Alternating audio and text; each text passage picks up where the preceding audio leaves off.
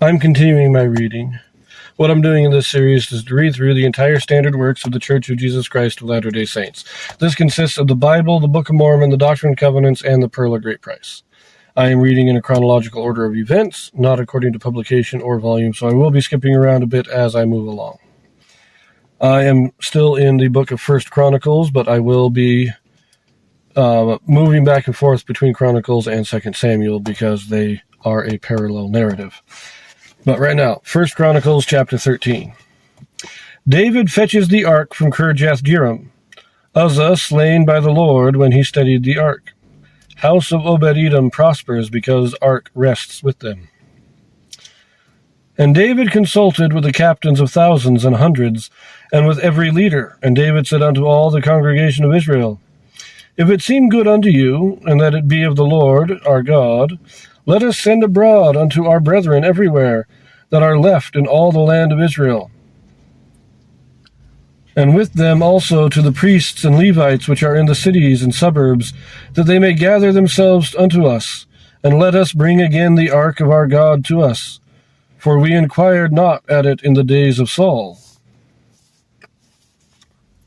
And all the congregation said that they would do so, for the thing was right in the eyes of all the people. Now there is one thing to note here. David's talking about going to get the Ark of the Covenant, remember, from the tabernacle. But that mention there, for we inquired not at it in the days of Saul. See, Saul put down much of the wickedness, but he did not engage in active religion. He enforced the law against those who were, he put away the wizards and the familiar spirits and all this stuff. But he did not actively worship. And so David's saying, let's go get the ark, let's bring it to the center of our government, and let us restart the worship of God. Let us reinvigorate the religion. That's what David's trying to do here. So, verse 5. So David gathered all Israel together from Shihor of Egypt, even unto the entering of Hemath, to bring the ark of God from Kirjath-jearim. And David went up, and all Israel, to Baalah, that is, to Kirjath-jearim, which belongeth to Judah, to bring up thence the ark of God the Lord, that dwelleth between the cherubims, whose name is called on it. And they carried the ark of God in a new cart out of the house of Abinadab, and Uzzah and Ahio drave the cart.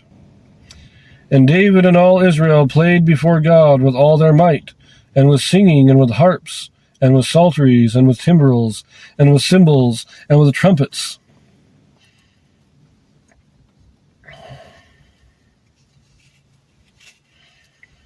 And when they came unto the threshing floor of Chidon, Uzzah put forth his hand to hold the ark, for the oxen stumbled. And the anger of the Lord was kindled against Uzzah, and he smote him because he put his hand to the ark, and there he died before God. And David was displeased, because the Lord had made a breach upon Uzzah, wherefore that place is called Perez Uzzah to this day. And David was afraid of God that day, saying, How shall I bring the ark of God home to me? So David brought not the ark home to himself to the city of David, but carried it aside into the house of Obed-edom the Gittite. And the ark of God remained with the family of Obed-edom in his house 3 months. And the Lord blessed the house of Obed-edom and all that he had.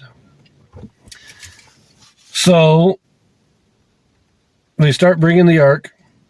2 men are driving the cart. It's a new cart, just like remember when the Philistines captured the ark and eventually sent it back. They built a new cart because it is too sacred for the ark to share transportation with other objects. So in a new cart, these 2 men were leading it. The oxen stumbled, and the ark probably wobbled a little bit, and Uzzah reached out to steady it so that it didn't fall off the cart. But remember, only the high priest is allowed to touch the ark, and then only on specific days and after specific rituals are completed. And because Uzzah touched it without the permission of God, he was struck dead.